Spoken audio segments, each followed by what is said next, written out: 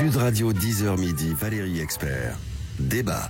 Des débats un petit peu particuliers aujourd'hui puisqu'on a décidé de consacrer cette émission au sondage. Vous êtes toujours très nombreux à réagir, à vous interroger, à les critiquer, à les mettre en cause. Frédéric Dabi, directeur général de l'IFOP, est là pour répondre à nos questions, aux questions de Virginie Leguet, journaliste, éditorialiste politique, Judith Weintraub, grand reporter au Figaro Magazine, et Alexandre Malafaye, communicant, président du think tank Sinopia.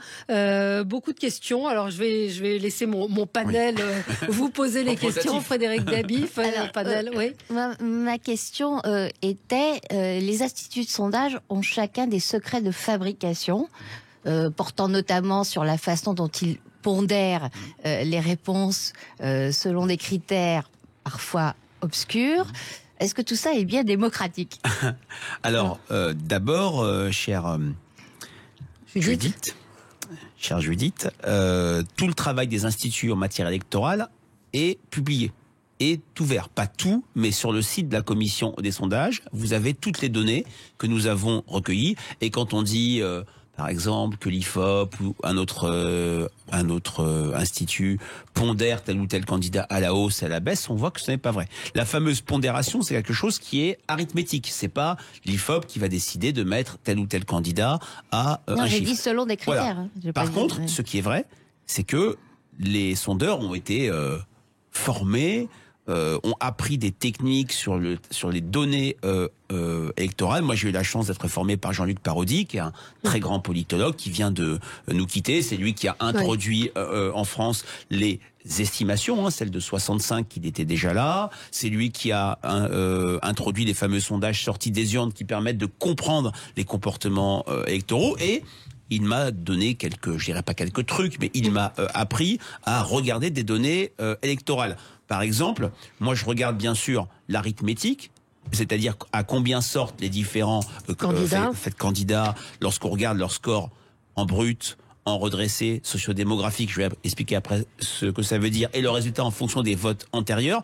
Il m'a appris à regarder énormément les transferts, les matrices de transferts, c'est-à-dire quand j'ai un candidat comme Emmanuel Macron, je regarde combien de personnes qui déclarent avoir voté pour lui en 2017 reviennent sur un vote Emmanuel Macron. Et je remarque, c'est dans les notices de la commission des sondages, que c'est un niveau élevé. A contrario, je constate que Jean-Luc Mélenchon, qui connaît une dynamique, pour autant, il a une difficulté à faire revenir son électorat de 2007. Donc ce sont des choses qui ne sont pas arithmétiques, c'est de l'analyse électorale. Je ne connais pas par définition d'autres secrets de fabrication, mais il y a beaucoup de choses qui sont en accès libre pour nos auditeurs. Sur le site des instituts, vous avez tous les sondages publiés, notamment nos enquêtes pour Sud Radio, Paris Match, etc., où nous avons le nombre de personnes qui ont été interrogées, les dates à laquelle ça a été fait, la marge d'erreur, la fameuse marge d'erreur. Donc il y a un vrai fond, cadre, si je puis dire. Il y a un cadre. Et il y a un cadre, puisque la France, avec l'Italie, est le seul pays où il y a une commission des sondages qui surveille. Les personnes interrogées, parlons-en, ça fait partie des critiques qui vous sont adressées. Ouais. C'est-à-dire, les gens nous disent, moi, je suis jamais sondé, moi, on m'a jamais appelé. Oui, il suffit d'aller, c'est ce que disait David Assouline la semaine dernière, quand on l'a reçu, ce sont des gens qui sont inscrits. Qui sont les gens qui sont sondés? Alors, comment sont-ils sélectionnés? J'entends la remarque qui dit, je n'ai jamais été sondé. Moi, ça m'est quasiment jamais arrivé également. Il y a quelques années, j'avais reçu un coup de téléphone. J'avais pas répondu car je suis de la profession. Mais prenons 2 chiffres. Il y a 46 millions de Français inscrits, ça sera peut-être un peu plus, sur la liste électorale. Et la plupart des sondages sont faits auprès de 1000 ou de 1500 personnes. Prenez la proportionnalité. C'est pas acheter un billet au loto, mais il y a quand même plus de gens qui ne sont pas interrogés que ceux qui ne le sont. Prenons le panel Ipsos, qui a un panel très important. Quoi, panel ? C'est-à-dire des personnes qui sont interrogées régulièrement, et ce sont les mêmes personnes interrogées. On est sur 15 000 personnes, on dit que c'est une très grosse enquête. Notre rolling, notre enquête quotidienne, c'est un échantillon. Les personnes sont remplacées toutes les 3 jours. Par tiers, c'est un sondage glissant. On va être, au final, on aura interrogé entre le 6 janvier et le 23 avril près de 55 000 personnes. Voilà, 55 000 personnes ramenées à 46 millions, ça fait quand même peu de personnes. Voilà, je réponds à cette première question. D'accord, mais ils sont choisis comment? Comment on les trouve, ces gens? Comment on les sélectionne? Alors, qu'est-ce qui se faisait par le passé. En fait, ce qui a beaucoup changé dans les sondages au cours des dernières années, je parle des sondages électoraux, mais aussi tous les sondages d'opinion. C'était des sondages avec des modes de recueil assez différents. Il y a une trentaine d'années, on était beaucoup sur des enquêtes en face à face, où des gens tapaient de manière aléatoire à la porte, chez des gens, etc. Après, il y a eu des enquêtes téléphoniques. C'était simple, le fichier, c'était des abonnés de France Télécom, il y avait 95-96% PTT, voilà. De personnes abonnées. On n'arrivait pas à atteindre certains groupes. Parce que comment vous savez, en prenant les gens, que Madame Le Gay fait partie des seniors, ou des 18-25 ans, ou des CSP+, qu'elle est chauffeur de taxi ou peintre. J'ai un scoop vraiment pour vos auditeurs et roulement de tambour. Notre métier ne repose que sur les réponses déclaratives des personnes interrogées. Si dans un fichier téléphonique, vous aviez le nom, le prénom, l'âge, le CSP+, Y gagne tant d'argent, ce serait absolument choquant. Vous auriez un problème avec la CNIL. Exactement, qui nous surveille et nous faisons des déclarations annuelles à la CNIL qui nous inspecte. Il y a quelques années, l'IFOP a été inspecté. Donc pour bien comprendre, vous appelez... Oui, alors ça c'était avant. Téléphone. Et depuis, on va dire une quinzaine d'années, le mode de recueil a changé pour des enquêtes nationales. Il y a encore beaucoup d'enquêtes téléphoniques. Quand on travaillait ensemble, Valérie, sur les élections municipales, les élections régionales, c'était plutôt du téléphone. On est passé pour des enquêtes nationales à des enquêtes faites en ligne. Mais le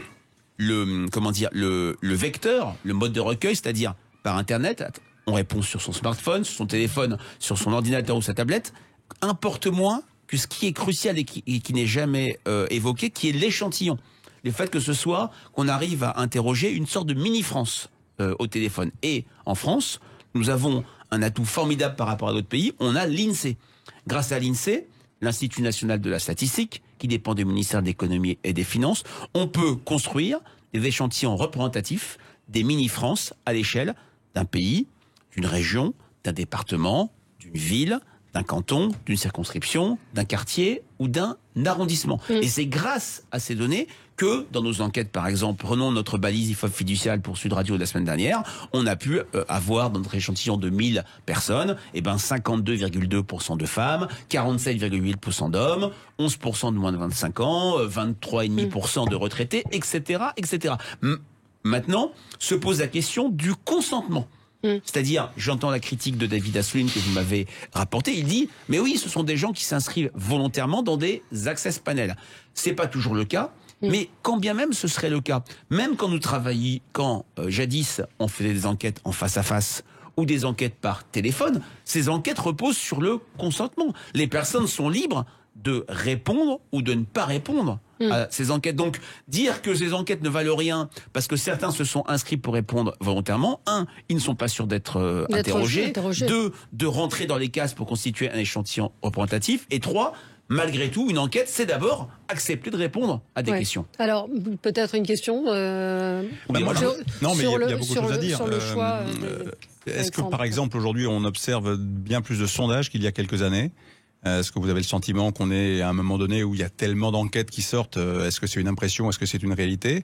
Est-ce que les dirigeants politiques aujourd'hui se servent beaucoup plus des sondages qu'hier? On sait qu'il y a un procès qui concerne Nicolas Sarkozy parce qu'à une certaine époque, il commandait beaucoup d'enquêtes d'opinion à l'Élysée et ça lui a valu apparemment à ses proches quelques ennuis. Est-ce que c'est toujours d'actualité? Est-ce que ça reste un instrument de pilotage important pour les gens qui sont aux affaires? Parce qu'en fait, la problématique qu'ils ont, c'est des capteurs. Est-ce qu'ils ont assez de capteurs? Est-ce qu'ils sont assez connectés aux réalités? Alors, comment est-ce qu'ils essayent de sentir l'opinion? Parce que finalement, cette opinion publique, elle est quand même essentielle à essayer de sentir. Là encore, en se demandant si en effet on la sent pour l'exploiter ou on la sent parce qu'on a envie de tester ses idées. C'est toujours la problématique. Et puis, est-ce que tous les instituts de sondage sont aussi sérieux les uns que les autres? Il y en a des nouveaux venus dont on ne sait pas d'où. L'IFOP est beaucoup mieux, va vous répondre. Non, mais je pense par exemple je pense à un institut de sondage qu'on a vu sortir de nulle part au début et maintenant on commence à voir des choses qu'on ne voyait pas au début qui s'appelle Cluster 17. Est-ce qu'il vaut la même chose que des sondages? Il y a beaucoup de questions là. Beaucoup plus établies. Juste pour pour continuer la question de Virginie, l'une des différences réside dans le fait de compter ou pas les réponses des gens selon qu'ils sont certains ou pas certains d'aller voter. Sauf erreur de ma part, mais vous me corrigerez. Elab se distingue de ses concurrents en ne comptant que les gens qui sont certains d'aller voter. Qu'est-ce que vous en pensez? Et est-ce que ça fait partie de ces fameux secrets de fabrication dont vous m'avez expliqué que pour la plupart des critères, ils n'existaient pas, mais qu'ils existaient quand même. Oui, d'autant pardon que quand on reprend... Non, mais je parle, c'est la question, comme on dit pour les sondages. C'est la même question. Quand on prend le critère des gens qui ne sont pas certains d'aller voter, dans les sondages il y a quelques semaines, plus de la moitié des personnes interrogées disaient qu'elles n'étaient pas certaines d'aller voter. Donc que vaut le résultat de sondage dont la moitié disent je ne suis pas certain d'aller voter? Alors, il a listé les questions. Commençons avec Alexandre. Est-ce qu'il y a plus de sondages qu'avant? Plus de sondages que par le passé en France? Oui, lors des campagnes présidentielles, et l'IFOP plaide coupable car on est complice, parce que depuis 2012, avec le rolling IFOP fiducial, on publie une enquête par jour. Mais qui n'est pas qu'une enquête d'attention de vote. Il y a des questions de sûreté du choix, des questions des indicateurs pour essayer de comprendre la campagne. Ce que je sais, et la source c'est mon confrère d'Ipsos Mathieu Gallard, la France est un des pays qui n'en fait, la France n'est pas le pays qui en fait le plus. Mais est-ce qu'il y en a plus qu'avant? Est-ce que par exemple cette présidentielle, il y en a plus que la précédente? Un petit peu plus qu'avant, ne serait-ce que le fait qu'il y ait deux enquêtes quotidiennes, Opinion Web, mon confrère et nous, ce qui fait que tous les jours il y en a au moins deux, et l'IFOP, comme vous le savez, en publie énormément. Sur l'usage par les dirigeants politiques ou par les décideurs. Moi, il y a deux profils de femmes ou d'hommes politiques que je n'ai jamais rencontrés en plus de 20 ans de carrière. Ceux qui sont nés dans les sondages et ne se décident qu'en fonction des sondages. Alors, on va pas citer Mitterrand, 80 sur la peine de mort, mais il y a quand même des convictions. Il y a quand même l'idée de les mettre à distance. Alors pourquoi est-ce que Nicolas Sarkozy en a commandé autant? À l'inverse, je n'ai jamais vu de femme ou d'homme politique qui les néglige complètement, qui les met de côté. Pour moi, c'est un instrument, j'ai repris votre terme, c'est un instrument de pilotage, un instrument d'aide à la décision. Un sondage, c'est une information. Un exemple, quand un parti politique nous commande une enquête aujourd'hui sur les prochaines élections législatives, bien sûr, c'est pas savoir ce qui va se passer dans une circonscription, parce que ce scrutin n'a plus d'autonomie, il va être très malaxé, influencé par la campagne présidentielle. Mais il veut savoir... Et par le résultat de la campagne. Bien sûr, c'est ce que je voulais dire. Et quel est le candidat, la candidate la mieux placée dans une circonscription En Marche que la droite veut reprendre, une circonscription PC que les Verts veulent reprendre. Un instrument d'aide à la décision, et cette notion de capteur me plaît bien, mais il n'y a pas que les sondages. Il y a le terrain. Jean-Louis Debré disait toujours, moi les sondages j'aime bien, mais les marchés, jouer sur mes marchés du côté d'Évreux. C'est vrai et c'est pas vrai. C'est vrai que les marchés c'est important, mais le sondage, il y a cette notion de représentativité. Il y a des signaux faibles sur Twitter, sur les réseaux sociaux. On peut voir des tendances monter. Pour autant, immodestement, je pense que le sondage, qui n'est pas la réalité, mais qui n'est qu'un reflet de la réalité, est aujourd'hui, malgré tout, le meilleur instrument pour connaître l'état de l'opinion. Juste pour prolonger les questions d'Alexandre, et je reprends encore ce que disait... Pardon? Non, oui, Sarkozy, il en commandait beaucoup des sondages. Pas plus que les autres? Non, pas plus que les autres. Nicolas Sarkozy a voulu faire un travail de transparence qui lui est retombé dessus, si je puis dire, puisque c'est le premier qui, en 2009, fait faire des appels d'offres pour dire, un peu sur le modèle de l'hôtel Matignon, les sondages quantitatifs, ça sera X, qualitatif Y. Il a couper la commande de sondage par lot, mais une fois qu'il a fait ça, on a regardé ce qui avait été fait entre 2007 et 2009 avec Patrick Buisson. Alors, on va marquer une toute petite pause et on continue avec toutes les questions. Je ne sais pas si on aura assez d'une heure pour répondre, parce qu'il y a des questions aussi. Que fait le gendre de Brigitte Macron, Si, sur le plateau. Non, à l'IFOP, ça fait partie des choses que nous demandent nos auditeurs. À tout de suite. Sud Radio 10h midi, Valérie Expert. Débat. Suite de cette émission spéciale autour de Frédéric Dabi, directeur général de l'IFOP. Toutes les questions que vous vous posez sur les sondages, c'est ce matin. Dans le prolongement de la question d'Alexandre Malafaille à propos de la multiplicité des sondages, c'est toujours David Assouline qui accusait les sondeurs, les sondages, d'être des sondages low cost aujourd'hui, c'est-à-dire de coûter moins cher. Il y a une époque, ça coûtait très très cher. Aujourd'hui, ça coûte beaucoup moins cher et tout le monde peut en faire. Alors, c'est une remarque qui n'est que partiellement juste. Elle est juste quantitativement sur des enquêtes auprès de l'ensemble des Français, où le fait de passer du téléphone, où il y avait des enquêteurs, à Internet, fait qu'une question par téléphone coûtait 1000 à 1100 euros, parce qu'il y avait des frais d'enquêteurs. Une question par Internet coûte de 600 à 700 euros. Mais c'est bien sûr complètement faux. Quand David Assouline, et je pense que ça lui est déjà arrivé à commander, ou le Parti Socialiste a commandé des enquêtes téléphoniques, ça a bien sûr un coût important. Et je vois pas ce qu'il veut dire avec cette dimension low cost, puisque comme je vous l'ai dit tout à l'heure, low cost, ça implique une qualité moindre. Justement, il y a énormément de contrôle et ce qui compte à tout prix, c'est la représentativité, la qualité de l'échantillonnage. Pour vous dire, j'étais un peu rapide tout à l'heure quand j'ai parlé de cette méthode des quotas via l'INSEE. Les 5 quotas qui permettent de construire un échantillon représentatif sont le sexe, l'âge, la profession, la région et la catégorie d'agglomération. Cette dernière remarque me permet de répondre à ceux qui disent « Ah, vous n'appelez jamais la France périphérique ou les communes rurales et que des grandes villes. » C'est partout. Et l'IFOP, quand on a lancé le baromètre IFOP fiducial pour Paris Match, on a en plus rajouté le niveau d'éducation. Parce qu'on sait très bien que moins on est cultivé, moins on est éduqué, moins on a des diplômes, et plus on va être hésitant, voire hostile à répondre à des enquêtes d'opinion. Ah ouais. Il arrive aussi que parfois, sur des questions qui touchent à la fonction publique, on rajoute un quota privé-public. Donc on essaie le plus possible, alors faut pas non plus faire 10 quotas, parce que sinon on finit avec un mouton à 5 pattes, de faire coller l'échantillon sondagier avec... Voilà, la mini-France dont je parlais tout à l'heure. Alors, je vous avais posé, puis vous répondez aux questions de Virginie, mais le gendre ou d'Emmanuel Macron ou le fils d'Emmanuel Macron, ça revient systématiquement de dire que l'IFOP est dirigé par un proche d'Emmanuel Macron. Alors, c'est absolument formidable et merci de me le laisser le dire. C'est vrai que ça fait quelques années que l'on dit... Emmanuel Macron est élu, ça commence en 2018. Il a été dit que l'IFOP était dirigé par le gendre d'Emmanuel Macron, le beau-fils de Brigitte Macron. Ça change le lien de parenté. Alors, deux choses. Non, c'est la même chose dans l'occurrence. Gendre et beau-fils, c'est la même chose. Beau-fils et gendre, c'est pareil. En tout cas, la dénomination... Non, c'est pas pareil. Non, il a raison. Le beau-fils est le fils de sa femme, alors que le gendre est le mari de la fille. Bon, il a raison. C'est très intéressant. Donc, ils sont mariés tous les deux, donc c'est comme son gendre. En l'occurrence, oui. Mais ça peut être un mais ils sont mariés, Brigitte. On fera une émission spéciale, Virginie. Alors, non, le beau-fils, vous êtes marié avec quelqu'un qui a un enfant, c'est son fils et c'est votre beau-fils. Mais ce n'est pas votre gendre. L'IFOP de 1990 à la fin 2016 a eu comme actionnaire une personne qui s'appelle Laurence Parisot, qui est connue publiquement, l'ancienne patronne du MEDEF. Puis depuis fin 2016, notre actionnaire est la société d'Entresangles. Et ce qui est très intéressant, c'est de voir comment une rumeur est née. Et il n'y a pas très longtemps, un journaliste du Monde, je crois que c'est Samuel Laurent, a mis la rumeur sur la place publique. Qu'est-ce qui se passe? Il se trouve que quelqu'un de la famille de Brigitte Macron a travaillé chez Kantar. Kantar, c'est le nouveau nom de la Sofres, un concurrent de l'IFOP, mais dans le domaine marketing. Il dirigeait Kantar Health. Health, ça veut dire santé. Donc, il faisait des enquêtes sur des maladies, etc. Et parce que, je fais l'hypothèse suivante, parce que l'IFOP est l'institut avec Ipsos le plus connu, le plus ancien, installé sur la place publique depuis 1938, comme je disais, on a fini par dire l'IFOP est dirigé par la famille d'Emmanuel Macron.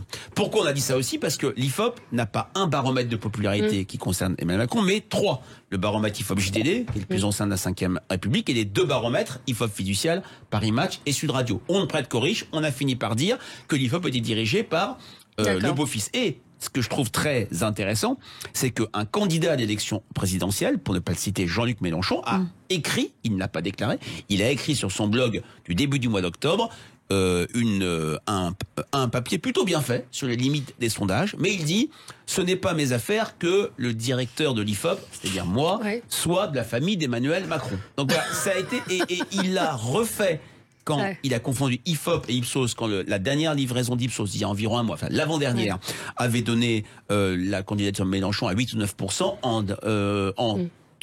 en tweetant Ipsos, famille de Macron. Finalement, on lui a dit que c'était une erreur, parce que c'était l'IFOP, comme il avait écrit, et il a supprimé ce tweet. Voilà, c'est pour dire que c'est une rumeur. C'est le même genre de cabale qu'avec le fils de Laurent Fabius qui dirigerait le McKinsey. Hein. Mais voilà, ça fait partie donc c'est faux. Donc vous pouvez nous affirmer aujourd'hui qu'il n'est pas le directeur de l'IFOP, voilà, c'est vous. Je ne suis pas de sa famille. Voilà, il a dit le gendre, dit le beau-fils. Voilà, je vais pas sortir. Attention, vous l'avez dit officiellement, publiquement, ça peut vous rattraper. Hein. On a vu ça avec Cahuzac. Alors, les 2 autres questions posées par Virginie Leguet et je vais pas répondre sur Cluster 17. La commission des sondages a fait une mise au point sur cet institut il y a une quinzaine de jours. J'invite vos auditeurs, pour remettre en cause ces méthodes, j'invite vos auditeurs à aller sur le site de la commission des sondages. Et il y a eu une réponse que Cluster 17 a fait, je crois, dans l'hebdomadaire Marianne ou dans Le Point, pour s'opposer aux remarques de la commission des sondages.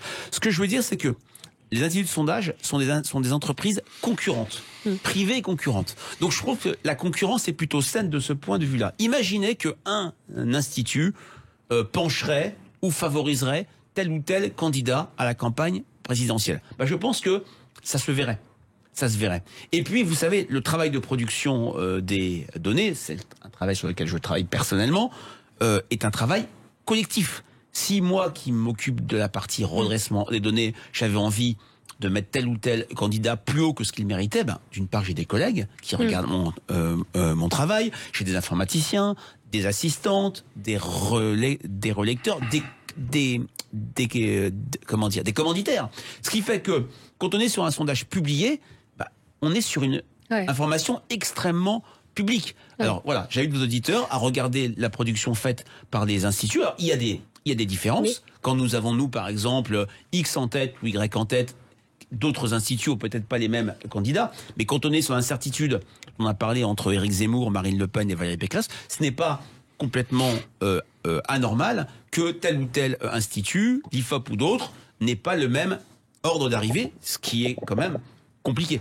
Parce que, mais ça, on a du mal à le comprendre. Pourquoi la prise en compte de la certitude du choix, par exemple. Exactement. C'est pour ça que je vous ai interrogé là-dessus et sur la méthode, sur la particularité des labs. Voilà.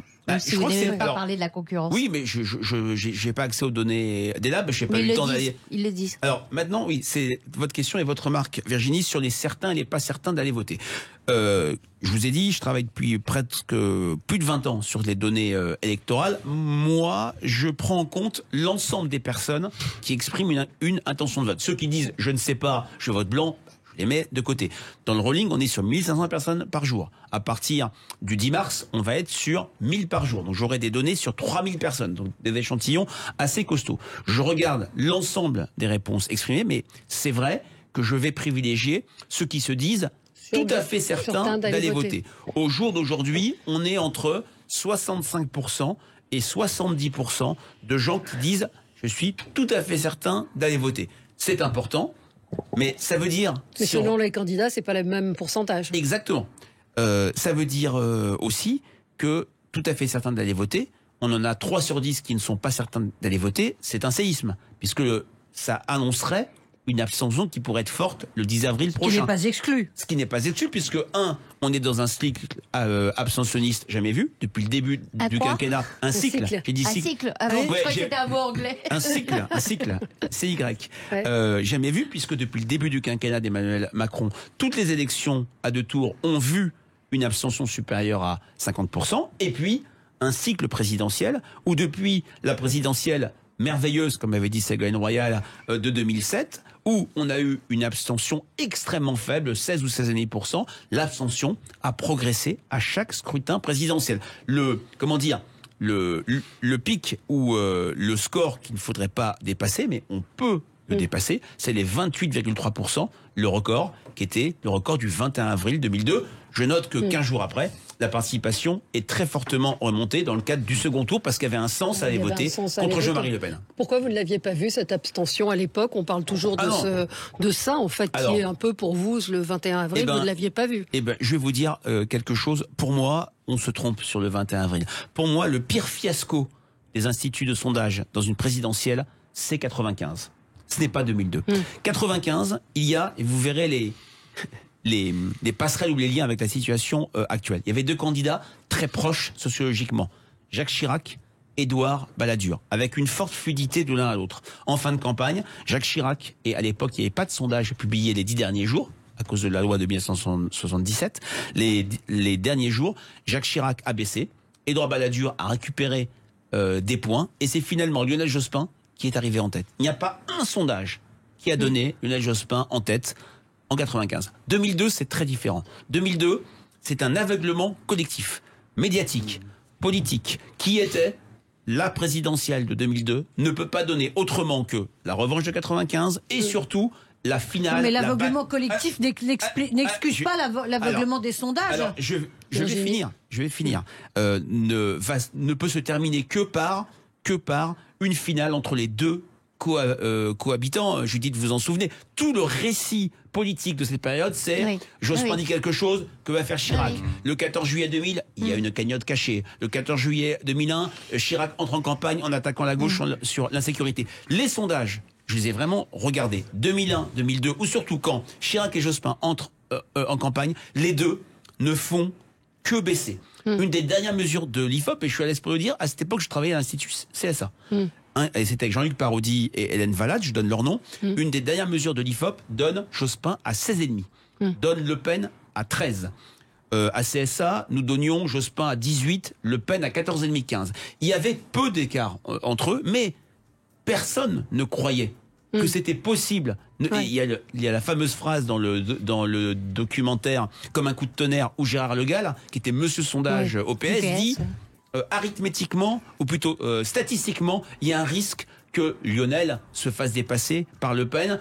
Politiquement, je n'y crois pas. Mais pardon Frédéric de revenir, mais que personne ne le croit politiquement, c'est une chose. Mais pardon, je vais jusqu'au bout. Que les sondages dont c'est le travail de regarder la réalité de l'opinion publique, eux aussi n'aient rien vu, ça me paraît une toute autre chose. Ce n'est pas que les sondages n'aient rien vu, ils ont vu une baisse, mais personne n'est allé jusqu'à une interprétation. Il y a eu, je crois, Roland Quérol et Laurence Parisot dans une émission sur France Inter qui avaient parlé du rapprochement Le Pen-Jospin. Mais vous étiez à l'époque, j'imagine, à Paris Match ou au journal du dimanche. Tout le monde était, je dirais, dans cet univers où on ne testait qu'un seul second tour. On a testé Jospin Chirac tout à l'heure. Maintenant, avec un rapport de force pareil. Et d'ailleurs, c'est ce qu'on fait dans notre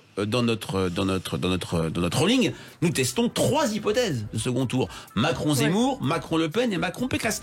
C'est vrai que c'est un échec dans le sens où pas un sondage n'a donné Le Pen deuxième. Si un sondage avait donné Le Pen au second tour, je vous fais pas mon pari, l'influence peut-être que Jospin serait passé. Il perd de 2 voix par bureau de vote. Allez, ça pose la question aussi peut-être de la sous-estimation possible parfois dans les sondages des votes radicaux. On y revient dans un instant. Au municipal comme au régional, les instituts ont remonté. Absolument. Et d'ailleurs, Sud Radio 10h midi, Valérie Expert. Débat. La suite de notre émission spéciale autour des sondages et des sondeurs. On évoquait évidemment ce vote qui était Le Pen-Jospin que vous n'aviez peut-être pas vu venir. Enfin, vous dites que pas vous l'aviez du tout vu venir. Bon, on ne sera pas d'accord. Je vais finir là-dessus. Je continue à dire que le contexte politique de l'époque a fait que personne, à part 3-4 personnes, on l'a vu faite publiquement, ne pensait que cela pourrait se produire. Mais cher Frédéric, Virginie, toutes les données les sondeurs sont là pour... Mais justement, et les journalistes sont là pour analyser les données. Vous n'êtes pas des poules qui prenaient en fait la béquille. Oui, mais les sondeurs n'arrivent pas à tester l'opinion, c'est qu'il y a un problème. Est-ce qu'il y a des fois où vous n'arrivez pas à tester l'opinion? C'était la question. C'est-à-dire que des gens vous répondent, c'était la sous-estimation du vote Le Pen. C'est le vote caché. Alors, le vote Le Pen a été très longtemps sous-estimé. Pourquoi? Parce qu'il y avait, quand les enquêtes se faisaient en face à face et par téléphone, des votes, des personnes n'osaient pas admettre voter pour tel ou tel candidat. Le vote de gauche était toujours surdéclaré et le vote Le Pen était sous-déclaré. Je donne souvent cet exemple. Quelques jours après le 21 avril 2002, CSA fait une enquête pour Libération de second tour et le questionnaire était très très simple. Pour qui allez-vous voter entre Jacques Chirac et Jean-Marie Le Pen? Et pour qui avez-vous voté il y a 3 jours? L'enquête, l'échantillon était bien sûr parfaitement représentatif. Le Pen sortait à 7. Il avait fait 16,8 au 17. Maintenant, ça a complètement changé, puisque le fait d'avoir une enquête auto-administrée, je ne parle pas de l'Internet, c'est-à-dire sans enquêteur, fait que les votes sont beaucoup plus sincères, fait que les souvenirs de vote sont nettement plus propres. Même si il y a une dégradation aussi pour 2022, puisque quand on demande le vote de 2017, j'invite vos auditeurs à aller sur le site de la commission des sondages, vous verrez que Emmanuel Macron sort à 27-28, François Fillon, est-ce que des gens de droite n'osent pas dire que ça aurait été pour lui, sort à 15-16, Jean-Luc Mélenchon sort à 14%. Donc c'est moins catastrophique que par le passé, mais il y a quand même des petits correctifs. Des gros correctifs. Oui. Les chiffres que vous citez, c'est des gros écarts. C'est des gros écarts. Oui, alors ils le sont moins que le 7 contre 17, mais ils seraient... Vous savez, on ne peut pas dire aux gens qui nous disent j'ai voté pour X, on ne peut pas les traiter de menteurs. Oui. Notre travail repose sur du déclaratif. Oui, en fait, tout ce que vous pouvez espérer, pardon, je vous interromps, c'est que les gens soient constants dans leur comportement. Exactement. Pour voir les dynamiques. Ce qui est de moins en moins le cas. Alors justement, non, je suis pas d'accord. Et quand on regarde les baromètres de l'IFOP pour le JDD, pour Sud Radio, pour Paris Match, je suis frappé de voir que, bien sûr, l'opinion bouge plus vite qu'avant. Avec le Covid, elle s'est peut-être un peu réseau socialisée. Pour autant, on a des vraies cohérences. Non, ce que je voulais dire, c'est qu'un menteur ment toujours, par exemple. Oui, peut-être. Mais moi, je vais peut-être vous paraître naïf, mais je ne crois pas que les gens qui répondent à des enquêtes vont mentir. Enfin, systématiquement. Je pense qu'il y a des stratégies. Ou alors, voilà, faire les stratégies. Par exemple, que dans le baromètre Match et JDD pendant environ 1 an, Emmanuel Macron soit resté parfaitement stable. Voilà, ça donne. Il y a quand même des vraies constantes et des vraies dynamiques d'opinion qui sont extrêmement fixes ou stables d'une enquête à l'autre depuis maintenant des années. Ça donne des tendances. Voilà. En fait, c'est pour rebondir là-dessus que j'aimerais rajouter ça. Moi, j'ai fait travailler l'IFOP avec Sinopia à plusieurs reprises, peut-être une vingtaine, une trentaine de fois, je ne sais pas, ces dernières années. Au-delà de la qualité du boulot qui est fait avec les équipes, ce qui est vraiment très intéressant, c'est le fond qui est apporté. C'est-à-dire qu'il y a une analyse et il y a une mise en perspective des sujets qu'on traite, quels que soient les sujets, parce que l'IFOP fait énormément de sondages et qu'il y a une base de données qui est considérable depuis 70 ans. Donc moi, ma question par rapport à ça, et franchement, pour le coup, c'est intéressant d'avoir l'analyse générale sur chaque question qu'on pose et voir comment vous l'interprétez. Mais après, plus généralement, vous aujourd'hui, sur un plan sociologique, est-ce que finalement cette espèce de connaissance quand même assez intime finalement de la réalité, de la sociologie, de l'opinion publique française, vous permet à un moment donné de dire attention, là, il y a un risque de dérapage social, typiquement. Est-ce que vous avez vu les gilets jaunes? Est-ce que vous voyez des choses arriver de cette nature-là? Alors, c'est une question fondamentale. C'est vrai que à l'IFOP, on joue à fond la carte de l'histoire. Vous avez cité mon livre à plusieurs reprises. L'intérêt de ce livre, c'est le fait de reprendre des enquêtes et des questions posées auprès des jeunes depuis 1957 et avoir une vraie carotte sociologique de dire oulala, François Hollande descend à 19%, c'était pas arrivé depuis François Mitterrand en 93. Donc on joue à fond la carte de l'histoire. Maintenant, la question que vous posez, c'est est-ce qu'un sondage peut être anticipateur? Est-ce qu'il peut prédire? Alors, sur la question électorale, on l'écrit noir sur blanc sur tous nos rapports. Un sondage, c'est une indication à un moment donné. Il n'est pas prédictif. Par contre, je crois beaucoup aux enquêtes qualitatives. C'est-à-dire les enquêtes, alors, dans les questions, dans des baromètres publiés, dans le baromètre JDD, il y a des questions ouvertes où on fait parler les gens qui se déclarent satisfaits ou mécontents d'Emmanuel Macron avec en plus un indicateur de changeur. J'étais plus satisfait, je suis moins mécontent, etc. Mais je crois énormément au qualitatif, c'est-à-dire faire parler les personnes, un groupe homogène dans le cadre d'une réunion, dans le cadre d'entretiens individuels. Là, je dis pas que c'est anticipateur, mais ça aide énormément à voir des comportements. Honnêtement, les gilets jaunes, personne ne l'avait vraiment vu. C'est vrai qu'on avait quand même des indicateurs de popularité qui s'effritaient très fortement, et on était frappé par la similitude avec les bonnets rouges de François Hollande, c'est-à-dire les taxes sur les carburants et surtout la thématique qui est maintenant devenue centrale dans cette campagne du pouvoir d'achat, du travail qui paye mal, du pouvoir d'achat. Parce que ce qui est très intéressant dans l'enquête JDD d'il y a quelques jours, c'est de voir que le chômage est vu comme bien géré par le gouvernement, parce que l'injustice suprême, ce n'est plus être au chômage, mais avoir un travail qui paye mal. Donc c'est vrai que je dirais que mixer et mettre en perspective des enquêtes quantitatives, où on est là pour mesurer une opinion, une attitude, un comportement, et des enquêtes plus qualitatives où le sondeur fait en sorte d'essayer de comprendre des dynamiques d'opinion. D'ailleurs, les enquêtes IFOP, Sinopia, c'était du quantitatif, mais de mémoire, vous rajoutiez souvent, Alexandre, des questions ouvertes pour essayer de comprendre des choses. C'est une manière de mieux cerner un état de l'opinion, sans être pour autant, je vais être assez limitatif sur l'outil, être anticipateur. Même si parfois, on peut identifier des choses. Mais ce qui est intéressant, c'est qu'en fait, ça confirme qu'il faut, vous le disiez tout à l'heure en introduction, c'est qu'il faut des outils comme le sondage, mais c'était un outil parmi d'autres pour comprendre cette démocratie vivante. Ce qu'avait fait le CNDP à l'époque, le Conseil national du débat public, avait anticipé la crise des Gilets jaunes en disant attention, là vous avez un sujet explosif, mais donc il faut coupler tout ça. C'est clair. Moi, je fais une petite parenthèse. Je crois énormément aux conférences citoyennes, en la démocratie participative. On a vu ce qu'avait donné Justement, et le climat et puis la grande consultation. Non, mais moi je trouve mais c'est toujours Macron. Intéressant. Ça a été dévoyé. Ça a été peut-être dévoyé parce qu'on leur a dit au début tout ce que vous proposerez, on le prendra, plutôt que de dire c'est le politique qui décide et les décisions sont d'un avis d'aide à la décision. Mais je crois et puis énormément surtout parce qu'ils ont été cornaqués par des militants.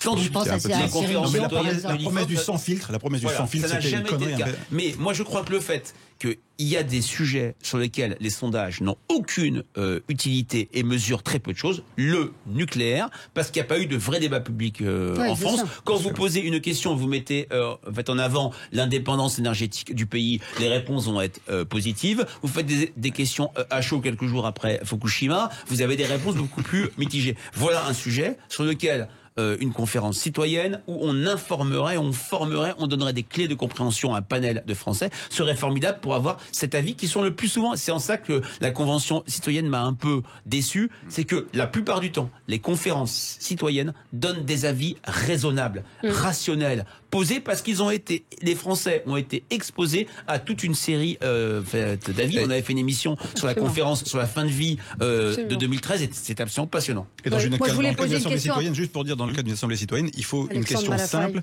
avec une problématique simple, et pas effectivement une foire ouverte comme on l'a fait avec Oui, je voulais poser une question à Frédéric. J'entends ce que Frédéric Dabi dit sur l'organisation des sondages.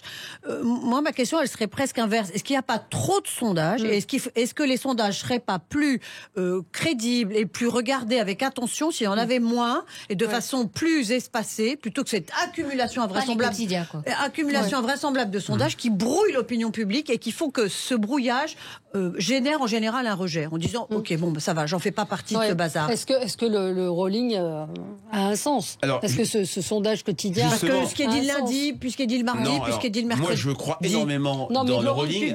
De le rendre public, c'est la question aussi de. C'est exactement comme une émission de télé ou une émission de radio. On est libre d'écouter, de suivre ou pas. Faut quand même pas dire que les gens sont, on les gave, avec un entonnoir. Si, justement, c'est ça ma question. Je pense qu'il y a un décalage, toute la journée, Virginie, on parle entre des sondages. le regard médiatique et le regard de l'ensemble des Français qui souvent mettent à distance ce type d'informations. Moi, ce que je trouve formidable avec cette enquête quotidienne, et on verra ce qui se passera le 10 avril, mais en 2012 et 2017, elles ont fonctionné parfaitement, non pas sur le pronostic, le sondage n'est pas là pour donner le score au demi-point près, mais sur la détection et l'identification de tendance, c'est que on arrive à contrôler le biais de la discontinuité. Quand des enquêtes sont faites à 15 jours d'intervalle, on ne prend pas en compte tel ou tel événement conjoncturel, on ne sait pas à quel moment on va sonder. Le fait de sonder un petit peu tous les jours permet de restituer le film de la campagne. Maintenant, je le répète, le rolling IFOP fiducial pour Sud Radio, LCI et Match ne contient pas que des questions d'intention de vote. Il y a des questions très qualitatives de qui fait la meilleure campagne, des questions de sûreté du choix, des questions sociologiques qui permettent d'expliquer. C'est la course de petits chevaux dont parlait Anne Hidalgo. Oui, mais il y aurait moins de chaînes en continu, moins de radio, moins d'émissions, il y aurait moins de sondages aussi. Voilà. Il a fait la poule, encore une fois. On est d'accord. Ce qui est intéressant, j'aimerais avoir votre avis sur les sondages qui font, je parlais au début d'émission de cerveau droit, de cerveau gauche, en fait, certains sondages, où c'est là aussi ce que fait Émile Servan-Schreiber avec, vous savez, Hypermind, qui est extrêmement intéressant, c'est finalement d'interroger les gens non pas sur leurs souhaits, mais sur leurs pronostics. Et ça donne des résultats qui sont intéressants. Je prends l'exemple de, je crois que c'est Opinionway qui fait ça, où on voit qu'effectivement... IFOP le fait aussi. D'accord, ça je l'ai peut-être pas vu passer. J'avais posé la question à Frédéric en disant quel est l'intérêt de demander aux gens qui va gagner. Vous prenez le cas par exemple de Opinionway sur l'élection présidentielle, les gens souhaitent la victoire de Macron à entre 22 et 24% depuis 6-8 semaines. Son score, c'est ça globalement. Et par contre leur pronostic est passé de 46% à 52% en 6 semaines. C'est-à-dire que les gens sont de manière pragmatique disent OK, il va gagner. Voilà, en disant OK, il va gagner parce que là c'est pas le même raisonnement en fait. J'ai un deuxième scoop. Premier scoop, notre travail repose sur du déclaratif. Deuxième scoop, je vous promets que les gens répondent aux questions qu'on leur pose. Une intention de vote, ce n'est pas un souhait. Ce n'est pas un pronostic. Quand nous interrogeons la popularité d'Emmanuel Macron en termes de satisfait, mécontent et en termes d'approbation de l'action, ça paraît très proche. Ce n'est pas tout à fait la même chose. Mais est-ce que tout ça est suffisamment expliqué? Est-ce que les résultats des sondages sont suffisamment analysés pour que les Français comprennent que ce ne peut pas... Oui, enfin, par les sondages. Vous rédigez systématiquement une note d'analyse. Mais la note, qui la lit, qui l'entend, qui la lit. Les journalistes, Virginie. La question de l'accès aux mais nous, d'accès à l'information. On fait ce qu'on peut, mais Frédéric essaye d'être là le plus souvent possible, mais sur les plateaux. Le fait, par exemple, d'aller à LCI tous les jours à 17h, il y a un représentant de l'IFOP, dont votre serviteur, qui vient essayer d'expliquer les résultats. Par exemple, vendredi dernier, alors en plus, il y avait une spéciale Nordal Le Landais qui fait que l'enquête n'a pas été si fortement exposée que ça, mais on essaie toujours de mettre à distance les résultats, de les mettre en perspective et moins montrer X qui serait en tête ou qui serait qualifié pour le second tour que l'incertitude, la fluidité, la tectonique des plaques, etc., etc. Allez, petite pause et on continue cette émission jusqu'à midi. À tout de suite. Sud Radio 10h midi, Valérie Expert. Débat. Suite de cette émission jusqu'à midi consacrée au sondage. Alors il y a une critique qui revient ou un doute chez nos auditeurs à chaque fois, c'est sur les 25% qui concernent Emmanuel Macron. Et là, vous êtes accusé de manipuler, puisque les gens qui réagissent comme ça disent mais moi c'est pas du tout ce que je pense, c'est pas ce qu'on dit autour de moi. Comment il peut être aussi haut? Vous mentez. Mais oui, c'est non, très, vous très l'entendez classique. ça? Oui, je l'entends très souvent, mais le sondage, ça sert à objectiver une réalité au-delà des cas personnels.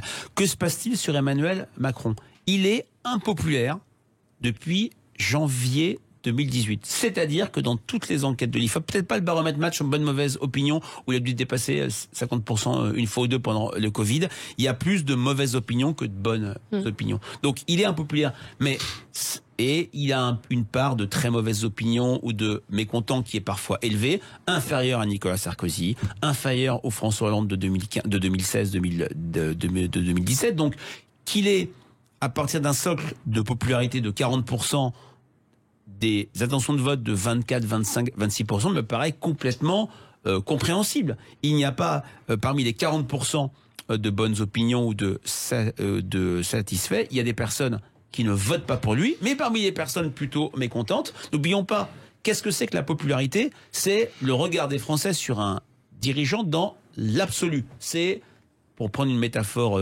tennistique, c'est le président qui fait du mur face aux Français.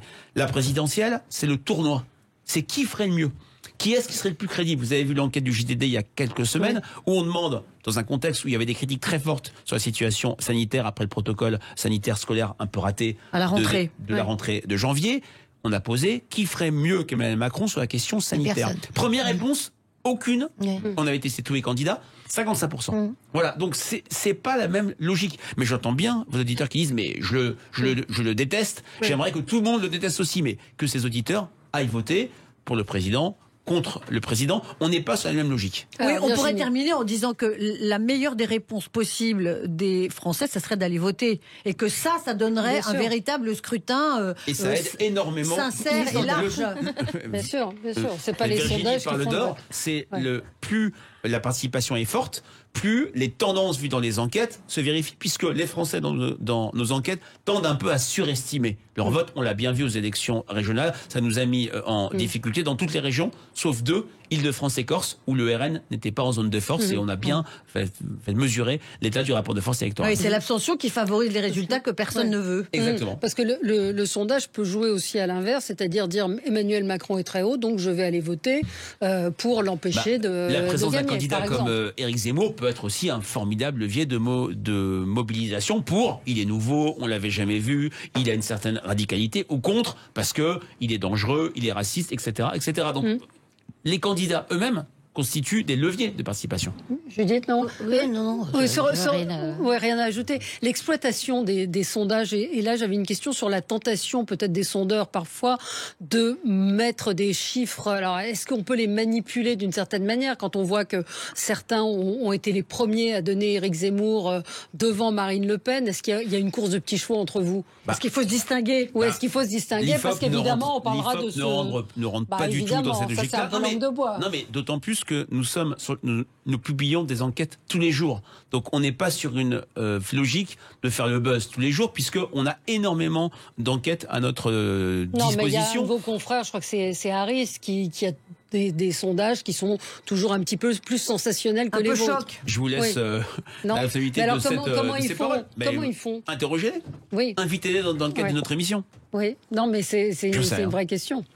On peut revenir un instant sur la question de l'influence, parce que c'est quand même un vrai beau sujet. Nous, on en a fait un peu l'expérience, et plein de gens le font quand ils commandent des sondages. On avait par exemple en 2017, je crois, commandé un sondage sur la question du vote blanc, et on voyait que non seulement, je crois que c'était 40% des Français en mars 2017 auraient bien voulu voter blanc. On devrait sentir, c'est un vote qui a une capacité à bloquer l'élection. On doit reposer la question de l'élection, avec, je crois, 80% des gens qui voudraient la prise en compte du vote blanc. Sur la fin de vie, on a aussi des sondages qui montrent que vraiment il y a une très forte mobilisation, et il y a un pouvoir politique qui ne veut pas entendre, ou qui entend très lentement. Ça aussi, ça peut poser des questions sur la question du finalement, est-ce que les gens nous écoutent, ce qui revient régulièrement. Nous, on travaille avec le Cevipof maintenant, puisqu'on est partenaire de leur baromètre, et c'est vrai que le sentiment de ne pas être écouté, c'est vraiment un sentiment de grande lassitude des Français. Sur la question de la fin de vie, on va quitter le domaine politique, c'est le sujet sur lequel, quelle que soit la question posée, que l'IFOP travaille pour l'ADMD, qui est pro-fin de vie, pour la Croix, nous avons les mêmes réponses, c'est-à-dire une majorité énormissime, et avec peu de différence en termes de sexe, d'âge, de profession, de proximité politique, et même d'appartenance religieuse, sur l'idée qu'il faut faire bouger la loi Claes-Leonetti. Pour autant, voilà, il y a parfois, quand on travaille qualitativement, une forme de colère de voir que le législateur n'avance pas sur ce sujet-là. Question qui revient aussi selon la personne qui pose les questions, enfin la personne qui a commandité le sondage, le client, voilà, les questions ne sont pas les mêmes. Ah, vous savez, la manière de poser la question, c'est tout un art aussi. L'exemple de la fin de vie, on a travaillé pour diverses associations. Vous savez, quand un sondage est publié, l'Institut joue un peu sa tête, puisque il est caution. Et il faut que la question soit intelligible, claire, neutre, et non pas polysémique. Il arrive qu'on fasse des questions ratées, ça nous arrive extrêmement souvent. Il m'arrive également très souvent de refuser de faire des enquêtes du genre est-ce que vous voulez que l'allocation de rentrée scolaire soit plus forte, est-ce que vous préférez être en bonne santé, riche ou beau, que malade, non, je préfère pas. Ben voilà. Non mais c'est vrai que c'est une vraie gageure, et c'est un élément qui me passionne dans ce métier de traduire des demandes de commanditaires publics des médias ou privés en questions neutres, claires et intelligibles. Parfois, on n'y arrive pas. Mais la plupart du temps, on essaye, parce que surtout quand le sondage est publié, notre marque, la marque IFOP, qui est une marque assez connue, est engagée. Ça, je peux confirmer que c'est ce qui se passe en général avec les équipes. Il y a des ping-pong, quoi. Ah oui, il y a un vrai, parce que c'est vrai qu'on formule les choses parfois de manière un peu tautologique, avec des questions, on a envie d'aller chercher les réponses. Alors ça, c'est ligne rouge. Voilà, il y a un vrai travail d'éditorialisation pour que la question soit claire, qu'il n'y ait qu'une seule question dans la question aussi, parce que ça, c'est aussi un piège. Qui a lieu avec la rédaction aussi. Voilà. Oui, et c'est vrai que l'IFOP travaille avec Valeurs Actuelles, travaille avec le Figaro Magazine, travaille avec l'Humanité. Voilà, on essaye, on n'a pas les mêmes demandes, les mêmes souhaits, les mêmes thématiques de la part de ces différents commanditaires, mais nous essayons, parfois imparfaitement, mais le plus souvent, on fait le maximum pour que la question soit bien posée, parce qu'en plus, si la question est mal posée, si le sondage est orienté, ça va jeter un trouble, même sur le commanditaire. Ah bah oui, c'est un sondage X. C'est normal que le résultat donne ça. Combien ça coûte un sondage, on peut le dire ou pas? Oui, tout à fait, je l'ai dit tout à l'heure. Une question fermée simple coûte entre 600 et 700 euros. Si on demande à 1000 Français, connaissez-vous Valérie, expert ne serait-ce que de nom, ça coûte entre 600 et 700 euros, et vous fera un prix avec beaucoup de plaisir, Valérie. Donc c'est 600, voilà, c'est en gros 600 euros la question. Et si on veut avoir un échantillon, on va dire vraiment beaucoup plus fiable, après, pour sécuriser la réponse, qu'est-ce que c'est le bon échantillon finalement? Oui, c'est ça. Le coût parce que 1000 dépend. personnes, beaucoup disent c'est pas assez. Non mais c'est assez, mais c'est vrai que si on veut faire des analyses très fines par catégorie d'âge, par catégorie sociale, par famille politique, moi je préfère qu'on ait des gros échantillons. Ce qui est formidable avec le Rolling, c'est que toutes les semaines, je fais un petit cumul et j'ai environ 3000 personnes. Et puis quand on va arriver à la dernière partie de la campagne dans quelques jours... On y est presque. On y est presque. On va avoir 1000 personnes par jour. Chaque rapport de force de l'IFOP sera diffusé sur 2700 personnes. Et c'est vrai que plus l'échantillon est important, ça ne change pas beaucoup la marge d'erreur, mais ça permet d'avoir de plus grandes possibilités d'analyse. Au lieu d'avoir dans un échantillon de 1000 520 femmes, on en aura 800 et quelques dans un échantillon de 1500 personnes. Merci. C'est beau le pays des sondages quand on vous écoute. Merci Virginie. Je crois qu'on a fait le tour, non? On a appris beaucoup de choses. C'était intéressant. J'espère que nos auditeurs qui doutaient ont été un peu plus convaincus par vos explications. Encore une fois, on rappelle qu'il y a ce site que vous rappeliez tout à l'heure la commission des sondages. Et le site de l'IFOP, d'Ipsos, de ses confrères, pour regarder le travail. Et que vous êtes extrêmement contrôlé, c'est ce qu'il faut dire. Et à mon avis, l'idée importante, c'est que le sondage est une entreprise et qu'une entreprise n'a pas intérêt à mentir. Et quand on voit d'où viennent les attaques les plus virulentes contre les sondages, qui ne sont pas forcément chez les turiféraires de la libre concurrence et de l'économie de marché, tout ça a une logique. Merci à tous les quatre. Dans un instant, c'est Philippe David qui sera avec vous. Au revoir.